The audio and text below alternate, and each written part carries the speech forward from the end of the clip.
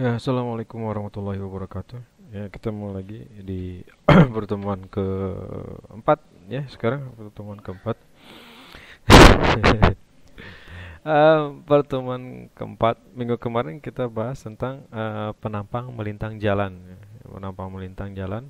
Ya, mudah-mudahan kalian mengerti tentang penimpang jalan ini, gitu ya. Penimpang melintang jalan atau ya ini. Ya. Nah, di dalam penampang melintang jalan ya, itu tentunya ada tipikal ruang jalan. Ada ruang jalan, ada ruang manfaat jalan, ada milik jalan, ada penguasaan jalan atau remaja, ruasja, ya. Ada ruang jalan yang diatur oleh perundang-undangan tentang jalan ya, PP nomor 2006, PP nomor 24 tahun 2006, ya. Ada remaja, mija, ruasja. Ya, ini adalah satu milik ruang milik jalan ya, ada beberapa penampang melintangnya, ada bahu jalan, ada irigasi, gitu ya, ada lajur, pelajur, ya. Ya mudah-mudahan kalian mengerti dengan sistem pelintang jalan. Nah, kita lanjutkan di pertemuan hari ini ke pertemuan keempat, ya, pertemuan keempat. Masih melanjutkan yang kemarin tentang melintang jalan, ya, ini tentang volume lalu lintas, nomor rencana PJR. Nah, hari ini kita bahas di tentang tingkat pelayanan jalan, ya. Nah, ada beberapa kriteria tingkat pelayanan jalan. Jadi sebelum kita mengambil salah satu kriteria trase jalan, kalau kita mau desain perencanaan desain jalan, ada beberapa faktor atau beberapa kriteria ya atau aspek yang memang perlu diperhatikan dalam kita apa merencanakan suatu trase jalan yang baru ya, terutama yang pertama dari tingkat pelayanan jalan ya. Nah, tingkat pelayanan jalan ini biasanya untuk sebelum kita bangun satu trase jalan yang baru, maka kita perlu tahu apa tingkat pelayanan jalan yang akan kita rencanakan. Nah, misalkan lebar dari jumlah jalur yang dibutuhkan, ya, kemudian volume lalu lintas hariannya, ya, ditentukan, kemudian dari segi kenyamanan keamanannya juga direncanakan, kemudian lebar lajur, lebar jalur itu juga perlu direncanakan berdasarkan tingkat pelayanan ya, gitu ya. Nah, ada beberapa tingkat pelayanan yang memang merupakan kondisi gabungan yang ditunjukkan dari dengan hubungan antara volume dibagi kapasitas. Nah, maka berdasarkan highway capacity manual yang itu membagi tingkat pelayanan jalan menjadi 6 keadaan atau 6 tingkat pelayanan. Ya. Yang pertama itu ada tingkat pelayanan A. Nah, apa itu tingkat pelayanan A? Itu punya ciri-ciri. Ya. Yang pertama dia arus lintasnya bebas tanpa hambatan. Yang kedua, volume dan kepadatan lalu lintas sangat rendah. Yang ketiga, kecepatan kendaraan merupakan pilihan pengemudi. Tentu kalau untuk tingkat pelayanan A ini sebagai kita tahu, ya, Indonesia sekarang lagi gencar-gencarnya membuat jalan tol, ya, ya, itu adalah salah satu tingkat pelayanan tingkat A, ya. Jadi cirinya itu dia harus bebas tanpa hambatan, volume dan kepadatan juga lalu lintas sangat rendah, dan kecepatan kendaraan merupakan pilihan pengemudi. Kemudian yang kedua ada tingkat pelayanan B, ya. Ciri-cirinya dia arus lalu lintas stabil. Yang kemudian kecepatan mulai dipengaruhi oleh keadaan lalu lintas, tetapi dapat dipilih sesuai kehendak pengemudi.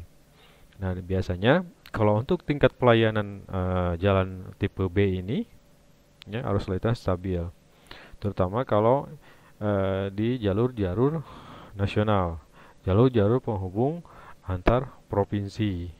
Nah, itu biasanya tingkat pelayanan B. Jadi arus lintas stabil, kemudian kecepatan juga dipengaruhi oleh keadaan lalu lintas ya, dapat dikendaki oleh pengemudi juga. Nah, kemudian ada yang ketiga ada tingkat pelayanan C, ya. Nah, dari ciri-ciri untuk tingkat pelayanan jalan tingkat C ini, dia arus lintasnya masih stabil, gitu ya. Dia stabil. Yang kedua, kecepatan perjalanan dan kebebasan bergerak sudah mulai terpengaruh ya biasanya oleh besarnya volume lalu lintas, sehingga pengemudi tidak dapat lagi memiliki kecepatan yang diinginkan, gitu ya. Jadi sembarangan kita membuat satu kendaraan kecepatan yang kita inginkan, gitu ya. Karena memang sudah terhambat, volume lintasnya sangat cukup tinggi, jadi kecepatan juga mungkin tidak sesuai dengan keinginan kita. Nah, itu biasanya tim perjalanan tipe-tipe untuk arteri, biasanya untuk jalur-jalur arteri lokal gitu ya. Nah, kita lanjutkan dengan tingkat pelayanan C. Nah, biasanya kalau arus lintas dia masih stabil, ya. Kemudian kecepatan perjalanan kebebasan juga sudah dipengaruhi oleh besarnya volume lalu lintas, sehingga pengemudi tidak dapat lagi memiliki kecepatan yang diinginkan. Untuk tingkat pelayanan C ini biasanya untuk jalur-jalur arteri lokal gitu ya, arteri jalan-jalan arteri gitu ya, atau penghubung antar kota dengan kota yang lainnya biasanya untuk pelayanan tingkat C ini. Kemudian tingkat pelayanan jalan D. Ya, dia di ciri-cirinya arus lintas sudah mulai tidak stabil. Kemudian perubahan volume lalu lintas sangat mempengaruhi besarnya kecepatan perjalanan. Biasanya untuk daerah jalur-jalur pelayanan jalan di dalam kota. Nah, biasanya dia bertipe D, artinya dia arus lintas tidak stabil. Kemudian perubahan volume lalu lintas juga sangat mempengaruhi percepatan perjalanan. Kemudian ada tingkat pelayanan E, yang arus lintas sudah tidak stabil, volume kira-kira sama dengan kapasitasnya, sering terjadi kemacetan. Nah, ini biasa di daerah-daerah memang jalur-jalur ke memang jalur-jalur perekonomian biasanya, ya. Jadi arus lintasnya dia tidak stabil, kemudian volumenya itu kira-kira sama dengan kapasitasnya. Jadi kapasitas misalkan satu jalan tersebut ada 500, maka volume kendaraan juga sudah bisa nyampe 500 kendaraan per jam.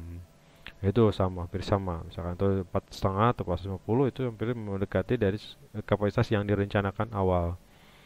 Kemudian dia sering terjadi kemacetan, gitu. Kemudian tingkat pelayanan F, yaitu dia ciri-cirinya dia arus lintas tertahan pada kecepatan rendah.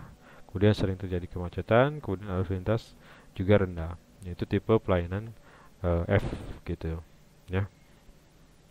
Ini berdasarkan sumbernya itu berdasarkan Sylvia Sukerman di buku dasar-dasar perencanaan geometrik jalan.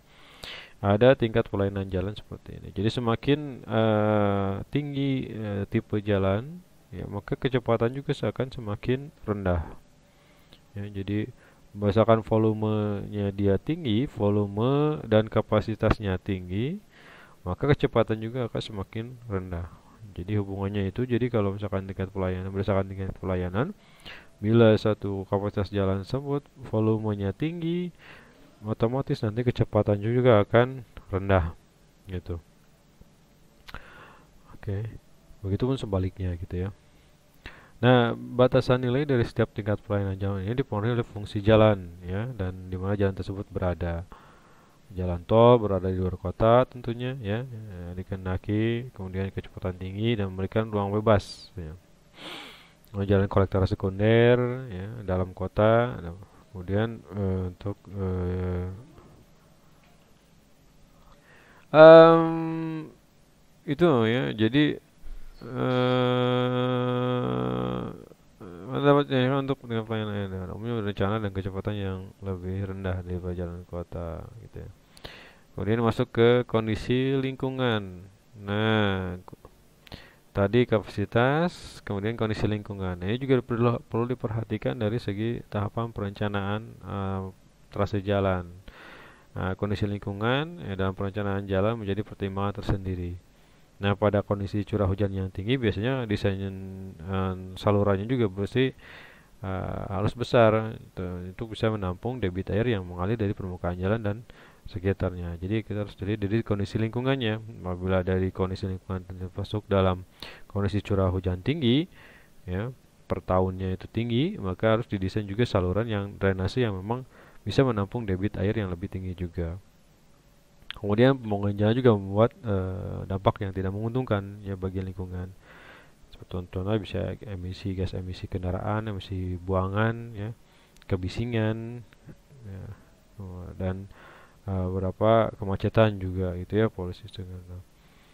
Nah, ini kalau saat pengguna lintas mendekati kapasitas atau derajat kejenuhannya lebih 0,8, lebih besar di 0,8, maka otomatis nanti kondisi arus sendat berhenti dan berjalan. Nah, alignment yang tidak baik atau seperti tikungan tajam dan kelandaian curam juga itu dia menambah emisi gas buangan dan kebisingan. Ya, jadi pintar-pintar kalau kita membuat satu alignment jalan, maka harus disesuaikan dengan perencanaan yang ada. Kemudian perubahan tata guna lahan, ya. Nah, itu juga berakibat terhadap keberadaan jalannya, ya. Apabila tata guna lahan tersebut, ya, atau di sepanjang jalan tersebut dengan adanya jalan, maka kecenderungan akan terjadi daerah-daerah pengembangan yang baru, ya, seperti daerah pemukiman asalnya si tata guna lahan tersebut adalah lahan pertanian, kemudian dibikin satu lahan perindustrian atau pabrik gitu ya, atau pemukiman, maka nanti ada pengembangan daerah-daerah baru ya. Contoh kalau perumahan pasti otomatis nanti ada perdagangan di situ gitu ya. Nanti ada pemukiman yang baru, terus urbanisasi juga pasti bahkan banyak, otomatis ini dia makin berkembang dengan tata guna tersebut ya. Nah, itu dari segi lingkungan. Kemudian dari pertimbangan ekonomi juga perlu ditimbangkan dari segi ekonomisnya gitu ya. Dalam proses pemilihan tipe jalan dan penampang melintang jalan baru, jangan sampai kita membuat satu trase jalan ternyata dari segi ekonomi ya tidak menguntungkan gitu ya, maka lebih baik diekonomiskan. Asalnya misalkan satu tata guna lahan satu desa yang memang terpencil tapi segi-segi ekonominya rendah, kembangan yang baru, kita membuat trase jalan ke sana tapi dengan cukup lebar, artinya dengan lebar per lajun itu 6 meter gitu ya, atau 3 meter ya, jangan sampai seperti itu. Satu jalurnya itu 6 meter, jadi kalau satu lajurnya 6 meter itu 3 meter atau 4,5 meter, itu terlalu boros nantinya ya, terutama nanti dari segi jalannya, dari segi pembebasan lahannya gitu ya, itu juga cukup tidak ekonomis gitu ya. Nanti disesuaikan dengan volume lalu lintas di sekitarnya. Dan juga nanti berdasarkan nanti biaya siklus hidupnya atau BHS-nya. Nah, di berbagai anggapan yang digunakan oleh Bina Marga yaitu umur laju pertumbuhan lalu lintasnya, suku bunga, dan tujuan dari pembinaan jalan tersebut yang tadi saya sudah katakan gitu ya. Nah, seluruh biaya juga itu sudah diperhitungkan ya. Jadi biaya pemakaian jalan yang relevan itu bisa berdasarkan operasi kendaraannya, waktu kecelakaan dan polusi gitu ya, polusinya. Ya, jadi harus direlevankan berdasarkan nanti operasi kendaraannya, waktunya, kecelakaan, dan polusinya. Kemudian biaya pembuatan jalan, ya, pembahasan lahan, pembangunan jalan, perawatan jalan, dan operasionalnya. Juga ini harus diteliti juga.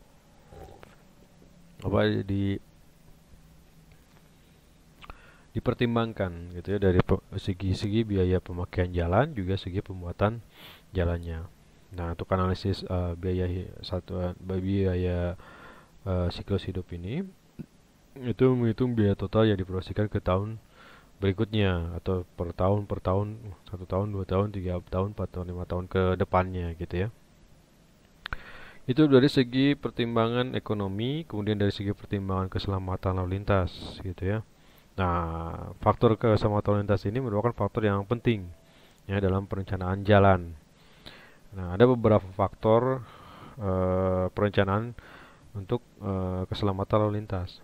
Ya, yang pertama dari faktor kondisi geometrik dan permukaan jalannya. Ya, artinya dari segi geometrik alinyemen horizontal dan alinyemen vertikalnya.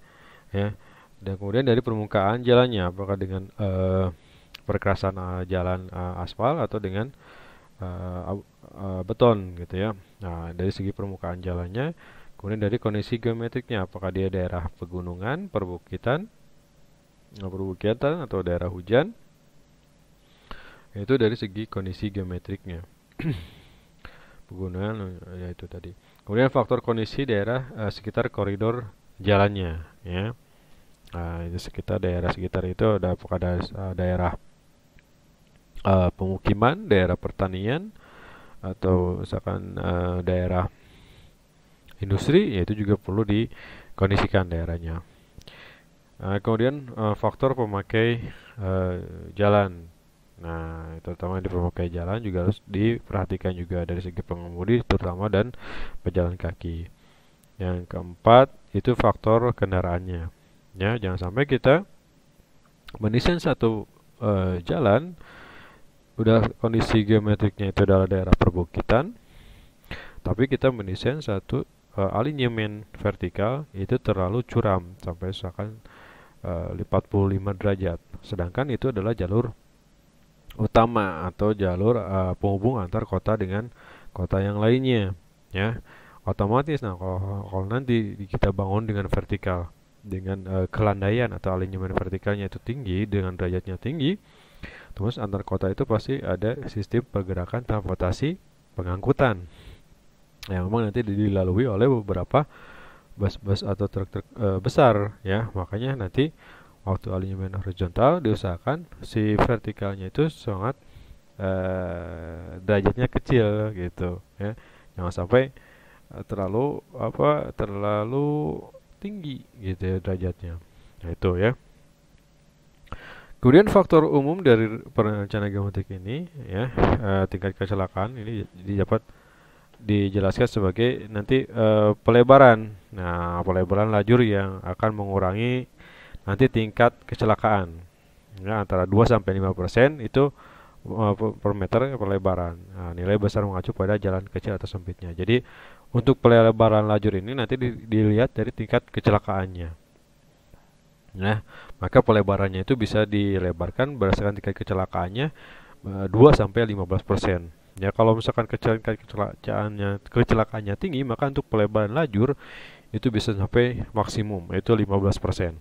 Ya, sebagai contoh di daerah penghubung antara Sukabumi Cianjur, ya, yang kita tahu memang tingkat kecelakaannya sangat tinggi di situ, ya, terutama pada truk-truk dengan muatan besar atau tinggi, ya. Makanya di daerah jalur tersebut ada beberapa satu ruas jalan yang memang yang ruas jalan yang memang tingkat kecelakaannya tinggi ya, itu agak diperlebar jalannya. Jadi bahu jalan yang dulunya tanah itu dibata memakai beton ya, supaya untuk melebarkan lajurnya ya, karena memang di daerah situ terkena dengan tingkat kecelakaannya sangat tinggi. Makanya agak diperlebar untuk lajurnya. Kemudian pelebaran atau peningkatan kondisi permukaan bahu juga meningkatkan keselamatan lalu lintas. Ya, kondisi permukaan bahunya, ya, meskipun punya tingkat yang lebih rendah dibandingkan dengan pelebaran lajur lalu lintas. Ini pelebaran itu misalkan bahunya. Apakah bahunya di aspal, bahu jalannya, apakah hanya tanah yang dipadatkan, kemudian atau dengan beton. Itu juga perlu di kondisi permukaan bahunya. Kemudian lajur pendakian. Nah, ini juga untuk pada kelandaian curam. Jadi itu untuk mengurangi tingkat kecelakaan. Bisa sebesar 25 sampai 30%. Ya. Lajur pendakian. Terutama di daerah-daerah yang memang daerah perbukitan. Ya, juga contoh juga lagi Sukabumi dulu tingkat dulu itu kelandaiannya itu sampai ke 30% lah untuk kalinya vertikal kalau nggak salah. Hingga dievaluasi karena memang terlalu banyak tingkat kecelakaannya tinggi, dievaluasi setelah saya jalan tersebut di daerah apa ya sekitar, makanya kelandaiannya agak dikurangi ya dengan cara peningkatan atau penimbunan jalannya supaya mengurangi kelandaiannya. Ya, coba lihat aja ya. Juga tadi untuk mengurangi kecelakaan tadi. Kemudian ada lajur menyalip atau lajur tambahan untuk menyalip pada daerah datar gitu ya. Ada pembesaran jalur. Biasanya kalau dibesarkan jalur itu ada pembesaran jalur itu khusus untuk biasanya untuk menyalip pada daerah-daerah datar. Kemudian mengurangi tingkat kecelakaan itu bisa sampai 15 sampai 20% kalau kita membuat satu jalur khusus untuk menyalip. Kemudian meluruskan tikungan tajam setempat mengurangi tingkat kecelakaan sebesar 30% ya. Jadi hasilnya kalau misalkan tikungan tajam atau belokan tajam itu kalau bisa diluruskan gitu ya. Nah, jadi kita hindari tikungan-tikungan tajam. Jadi dalam desain perencanaan jalan, kalau membuat satu geometrik jalan, trase jalan, otomatis nanti tikungan tajamnya itu dikurangi, agak dikurangi ya. Nah, itu supaya tingkat kecelakaannya bisa sampai turun sampai 30% kalau memang tikungannya tidak tajam. Kemudian ada median penghalang. Nah, ini median penghalang ini digunakan sebagai kawasan ruang untuk pemisah tengah yang lebar. Nah, itu mengurangi kecelakaan yang fatal dan luka berat sampai 10 sampai 30%. Ya, tetapi menambah kecelakaannya mengakibatkan kerusakan material. Terutama di median penghalang ini, terutama di daerah-daerah kota itu ya. Ada pemisah jalan itu. Itu juga untuk bisa mengurangi kecelakaan yang fatal ya. Kemudian batas kecepatan. Nah, ini jika dilaksanakan naik dapat mengurangi tingkat kecelakaan sebesar faktor volume kendaraan sesudah dan kecepatan dan sebelum dibagi dua. Itu ya faktornya. Jadi kalau batas kecepatan biasanya kalau kita memakai dengan sistem rambu lalu lintas gitu. Jadi ada beberapa batasan atau dengan apa marka jalan biasanya kan. Sering kita dengar untuk batasan biasanya ada khusus di marka jalan itu ada zona-zona sekolah itu mengurangi kecepatan supaya dia dalam melatih kapasitas jalan tersebut dia berjalan dengan kecepatan tertentu gitu ya. Nah, itu adalah beberapa kriteria atau faktor perencanaan berdasarkan untuk trase jalan. Jadi pendidikan sebelum kita buat satu trase jalan ada yang pertama tadi kondisi lingkungan, kemudian pertimbangan ekonomi, yang ketiga pertimbangan keselamatan lalu lintas jalan ya. Nah, untuk keselamatan lalu lintas jalan terutama di jarak pandang atau nih terutama jarak pandang ini keselamatan jalan ya. Akan bahas tentang jarak pandang. Nah, apa itu jarak pandang? Nah, jadi sebelum kita membuat trase jalan, kita juga harus memperhatikan dari jarak pandang. Nah, apa itu jarak pandang? Nah, jarak pandang ini adalah panjang bagian jalan yang di depan pengemudi yang dapat dilihat dengan jelas. Nah, ini diukurnya dari tempat kedudukan mata pengemudi. Seberapa jauh pengemudi tersebut bisa memandang ke depan. Ya. Nah, ini juga faktor utama untuk dari segi keselamatan pengemudi. Kemampuan untuk dapat melihat muka dengan jelas merupakan hal yang penting ya, untuk keselamatan dan pemakaian kendaraan yang efisien bagi pengemudi jalan. Lintasan dan kecepatan kendaraan di jalan sangat mempengaruhi oleh kontrol pengemudi, ya, seperti kemampuan, keterampilan, dan pengalaman pengemudi. Ya, makanya ada tes mengemudi ya. Jadi kita harus lihat dari kemampuan, keterampilan, dan pengalamannya dalam mengemudi kendaraan. Nah, apa sih gunanya jarak pandangan ini gitu ya? Khususnya untuk membuat satu trase jalan ini, apa sih gunanya itu jarak pandangan ini? Yang pertama dia menghindarkan terjadinya tabrakan ya yang dapat membahayakan kendaraan dan manusia itu sendiri ya. Akibat adanya benda yang berukuran besar atau kendaraan yang sedang berhenti, pejalan kaki, hewan-hewan pada lajur jalannya. Yang kedua, memberi kemungkinan ya untuk mendahului kendaraan lain yang bergerak dengan kecepatan lebih rendah dengan mempergunakan lajur di sebelahnya. Jadi dia ada kemungkinan kita untuk mendahului kendaraan tersebut. Tentunya kalau dengan kita mau mendahului, kita harus memerlukan jarak pandang yang cukup panjang ya. Dalam kita mendahului kendaraan, kita harus memperhatikan jarak pandang ke depan kendaraan, seberapa jauh kendaraan tersebut kita dalam bergerak gitu ya. Yang ketiga, menambah efisiensi jalan tersebut sehingga volume pelayanan dapat dicapai secara maksimal mungkin gitu ya. Yang keempat, sebagai pedoman ya bagi pengatur lalu lintas dalam menambahkan rambu-rambu lintas yang diperlukan pada setiap segmen jalan. Ya, jadi sebagai pedoman kita sebagai pengatur lalu lintas dalam menempatkan rambu-rambu lintas yang diperlukan pada setiap segmen jalan.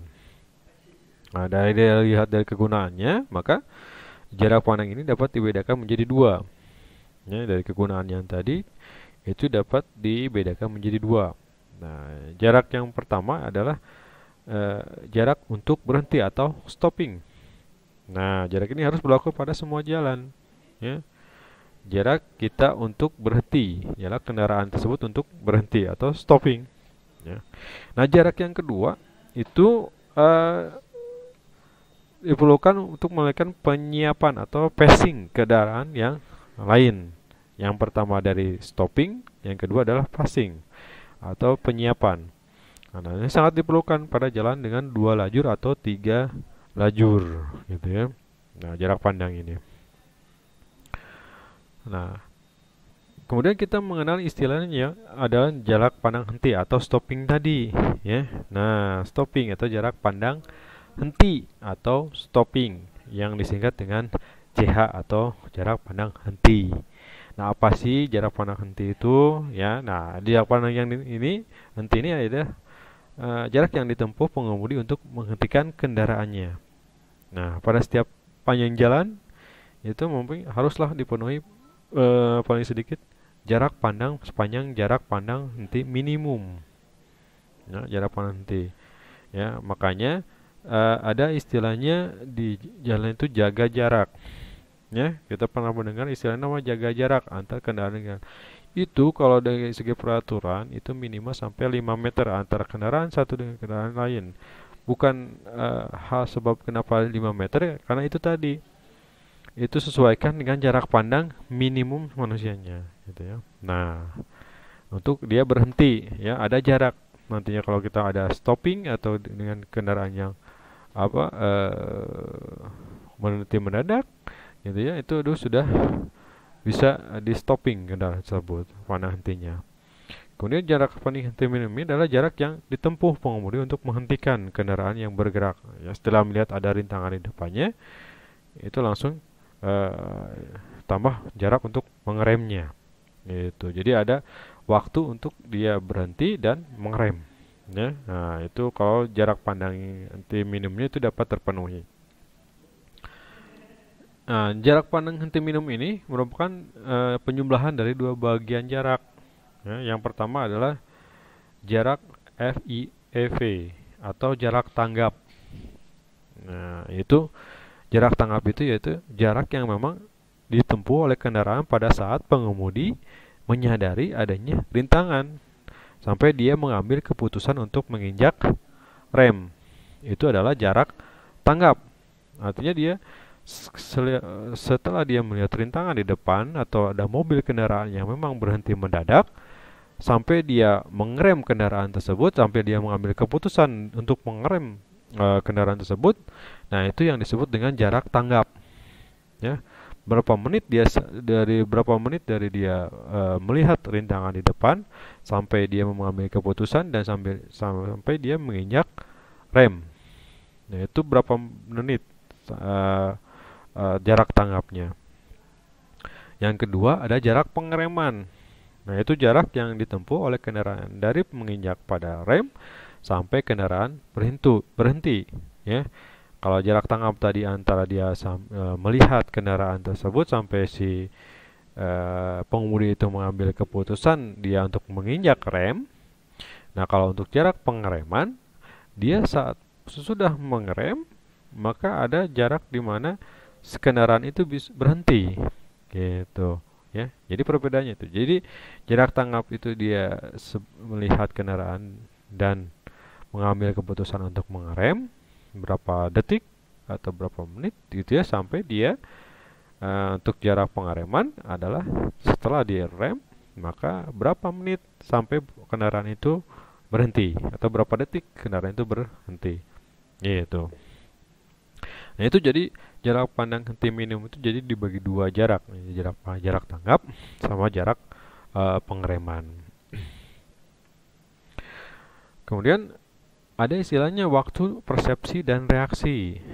Nah, apa itu persepsi? Waktu persepsi adalah waktu yang diperlukan untuk mengemudi untuk menyadari adanya halangan pada lintasannya dan pikiran untuk mengantisipasi keadaannya tersebut dengan keharusan menginjak rem. Nah, kemudian waktu reaksi adalah waktu yang dibutuhkan untuk mengemudi untuk menghentikan kendaraannya setelah mengambil keputusan untuk menginjak rem. Jadi waktu persepsi itu saat dia sadar bahwa ada halangan di depannya, atau misalkan ada sadar di depannya itu ada kendaraan yang berhenti mendadak, gitu ya.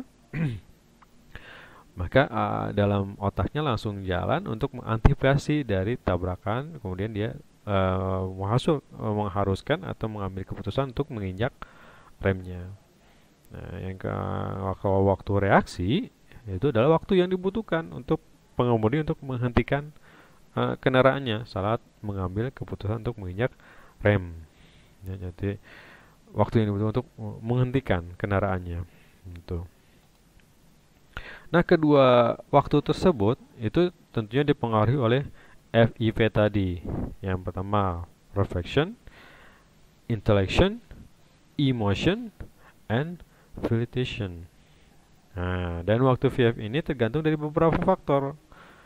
Yang pertama yaitu karakteristik mental pengemudi, ya. Jadi waktu jarak mengambil keputusan itu tergantung dari faktor yang pertama karakteristik mental pengemudinya, ya. Ada yang cepat mengambil keputusan, ada yang lambat, ada yang gemper pas waktu ada kendaraan berhenti di jalannya gitu, terparuh kakak injak gas gitu, ada yang seperti itu gitu ya. Jadi greget, ada yang gercep gitu ya, kalau bahasa Sundanya gercep langsung dia rem gitu. Ada yang memang lambat mengambil keputusan. Nah, itu tergantung dari jaraknya untuk kedua waktu tersebut ya, waktu prosesi dan reaksi itu tergantung dari faktornya adalah karakteristik mental pengemudinya. Yang kedua adalah tipe dan kondisi jalannya, ya. Kalau kondisi jalannya tipe jalannya cepat, ya, otomatis kendaraan yang reaksinya juga harus cepat, gitu. Ya, otomatis kalau kita lambat mengambil keputusan, misalkan kita di jalan tol, tipe jalannya memang bebas hambatan dengan kecepatan tinggi, di depan ada yang kendaraan berhenti, maka waktu reaksinya itu minimal harus cepat. Ya, kenapa? Di belakang sudah ada kecepatan yang tinggi juga. Nah, otomatis reaksinya harus cepat. Kalau lambat udah hancur. Dengan kecepatan tinggi dia kecepatan tinggi berhenti mendadak, juga kita kecepatan tinggi, otomatis nanti reaksinya juga harus memiliki kecepatan yang tinggi juga. Gitu. Beda lagi kalau nanti di daerah memang tipe jalannya ada kurang stabil, volumenya kendaraannya banyak, macet gitu ya, atau lame lancar kalau istilahnya, itu reaksinya mungkin agak harus cepat juga, tapi memang pengaruhnya itu dari reaksi cepatnya itu jaraknya itu mungkin harus cepat juga gitu. Kemudian kondisi jalannya, apakah kondisi jalannya beraspal, beton, atau tanah gitu kondisi jalannya. Kemudian faktor warna, ukuran, dan bentuk halangannya, gitu ya. Nah, bentuk warna ada yang memang agak warnanya agak sering ketukar atau dari segi warna buta warna gitu ya. Makanya kalau kita mau tes SIM itu kalau tes beneran biasanya dites warna dulu ya, tes warna apakah dia buta warna atau tidak ya. Kalau buta warna mungkin agak di nggak lulus gitu ya. Gitu. Kemudian dari ukuran halangannya ya dan bentuk halangannya. Ya, kadang ada hewan yang melintas atau kucing, anjing atau apa itu yang melintas memang ukurannya agak di bawah atau kecil ya, otomatis terhalang oleh mobil yang lain gitu ya. Kemudian yang keempat, kemampuan pengemudi mengontrol kendaraannya. Nah, kemampuan mengemudi mengontrol kendaraannya. Beda-beda orang, beda-beda cara dia mengontrol kendaraannya.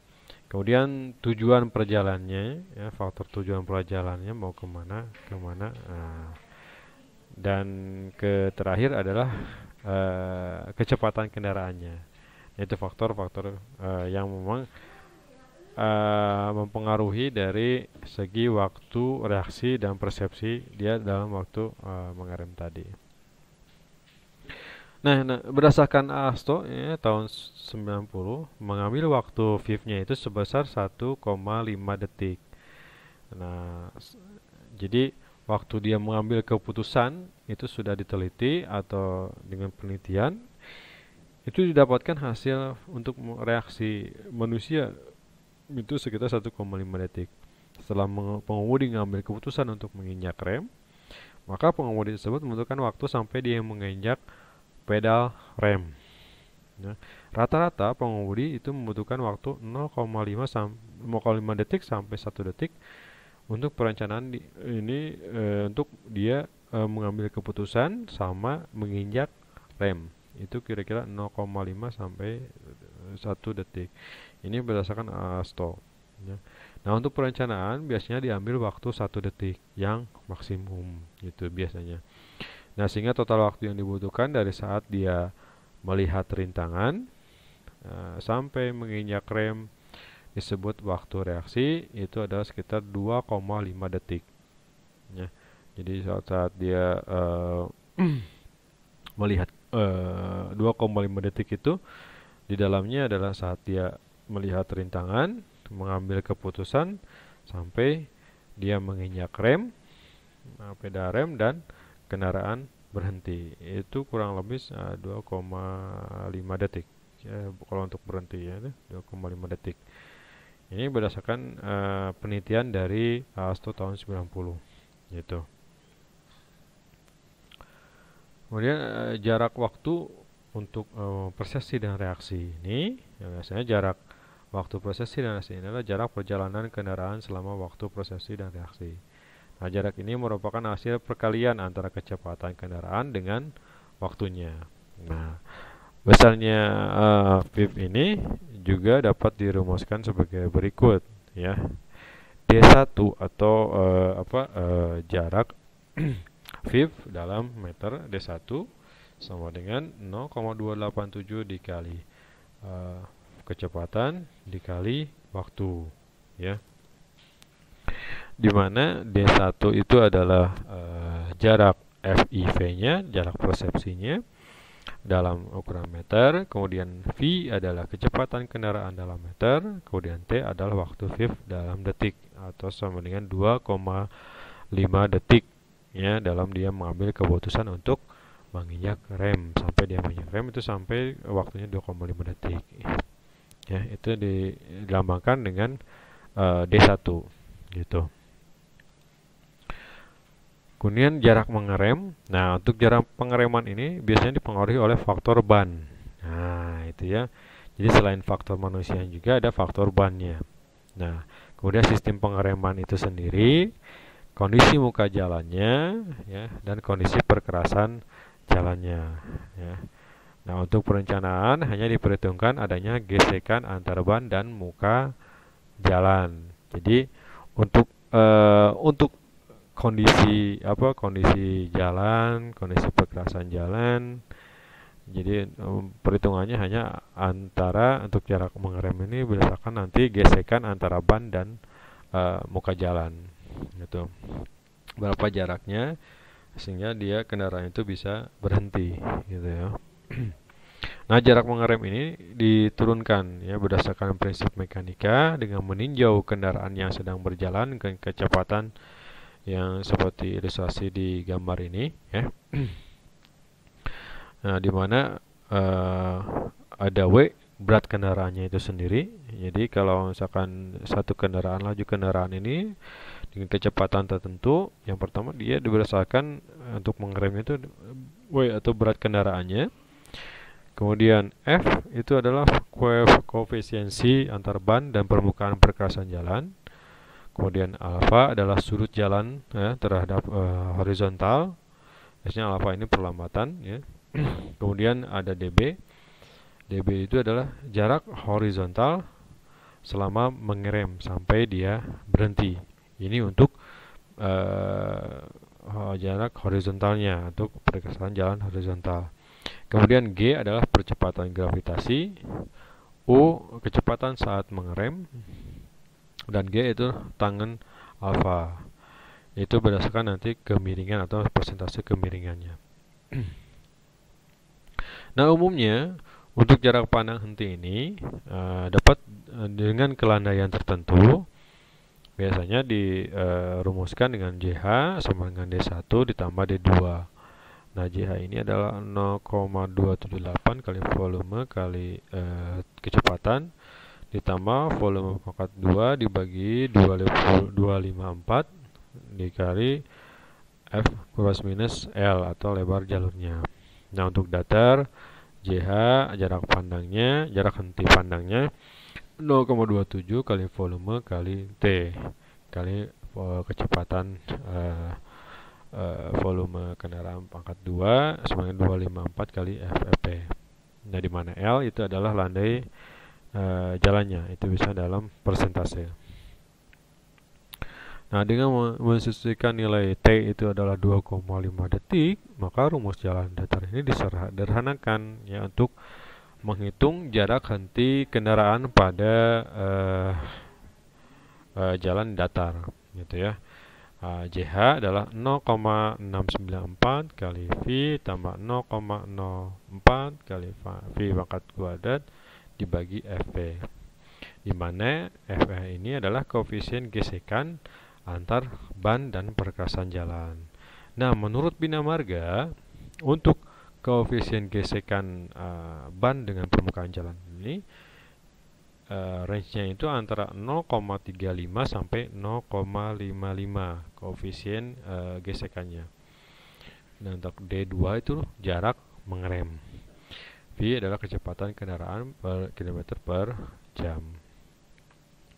Kemudian kita saksikan juga ini adalah tabel 41, di mana dia tabel 41 ini adalah jarak pandang henti atau jarak pandang henti minimum ya. Nah, di mana jarak pandang itu minimum itu ada VR km per jam, artinya adalah kecepatan rencana. Berapa kecepatan rencana yang kita rencanakan ya. Maka kalau misalkan kita rencanakan jalan trase jalan tersebut adalah kecepatan 60 km per jam, maka jarak pandang henti minimumnya itu harus 75 meter ya. Kalau kecepatannya 60, maka jarak henti pandang hentinya itu harus sampai 75 meter ya. Kalau 40 itu sampai 40 meter, jarak pandang hentinya 30, kecepatan 30, maka jarak henti minimumnya sampai 27 ya. Itu semuanya dari TBG Perencanaan Geometrik Jalan gitu ya, tahun 97. Tadi adalah yang pertama jarak pandang henti atau jarak mengerem ya, disajikan dengan tabel jarak pandang henti atau JH. Kemudian ada jarak pandang mendahului atau JD. Nah, jarak pandang mendahului ini adalah jarak yang dibutuhkan pengemudi sehingga dapat melakukan gerakan menyiap suatu kendaraan dengan sempurna dan aman ya berdasarkan asumsi yang diambil. Nah, penentuan jarak pandangnya ini menyiap ini ya, diperlukan pada jalan dua lajur biasanya. Nah, menurut Aasto berdasarkan pada jarak yang ditempuh dengan kondisi posisi kritis dari gerakan menyiap, sehingga secara teoretis ini juga diusahakan mendekati keadaan sesungguhnya. Nah, dulu Aasto sudah meneliti sendiri, dia membangun satu trase jalan di laboratoriumnya dia untuk mengetahui karakteristik jalur karakteristik gerakan atau gerakan kendaraan untuk menyiap ya, berapa jarak pandang yang memang dibutuhkan manusia untuk menyiap kendaraan berdasarkan memang jalan yang dua lajur itu tadi gitu. Nah, jarak pandang menyiap ini khususnya untuk standar ya pada jalan dua lajur dua arah itu dihitung ya berdasarkan beberapa asumsi ya terhadap sifat arus lintas, yaitu yang pertama adalah kendaraan itu yang akan disiapkan harus mempunyai kecepatan yang tetap atau konstan ya. Jadi kendaraan yang disiapnya itu harus memiliki kecepatan yang konstan ya. Nah, kemudian sebelum melakukan gerakan menyiap, kendaraan harus mengurangi dan mengikuti kendaraan yang akan disiap dengan kecepatan yang sama ya. Kemudian apabila kendaraan sudah berada pada lajur yang untuk menyiap, maka pengemudi juga harus mempunyai waktu untuk menentukan apakah gerakan menyiap ini dapat diteruskan atau tidak ya. Nanti berdasarkan jarak pandangnya, apakah nanti akan di depannya ada kendaraan dari arah yang lain gitu ya, atau kecepatan yang kendaraan di depan kita malah makin cepat gitu ya, tidak konstan. Nah, itu kemudian kecepatan kendaraan yang menyiap mempunyai perbedaan ya sekitar 15 km per jam dengan kecepatan kendaraan yang akan kita siap biasanya itu ya, pada waktu pelaksanaan kegiatan menyiap. Nah, pada saat kendaraan yang menyiap telah berada kembali pada lajur jalannya, maka harus tersedia cukup jarak dengan kendaraan yang bergerak dari arah yang berlawanan. Nah, contohnya ini ya, untuk tinggi mata pengemudi juga diukur ya dari permukaan perkerasan jalan ya sampai ke mata pengemudi. Ya, menurut Aasto tahun 90 itu tinggi kendaraan tinggi mata pengemudi itu kurang lebih itu 1,6 meter dari permukaan jalan. Dan tinggi objek yaitu kendaraan yang akan disiap pada sekitar 1,25 meter. Sedangkan bina marga ya menurut peraturan antar kota, dia mengambil tinggi mata pengemudi itu sama dengan tinggi objek halangannya ya. Kalau tinggi objek halangan yang di depannya itu, misalkan kendaraan di depannya itu sekitar 1,5 cm ya, berdasarkan garis yang ada di depannya, tinggi halangannya.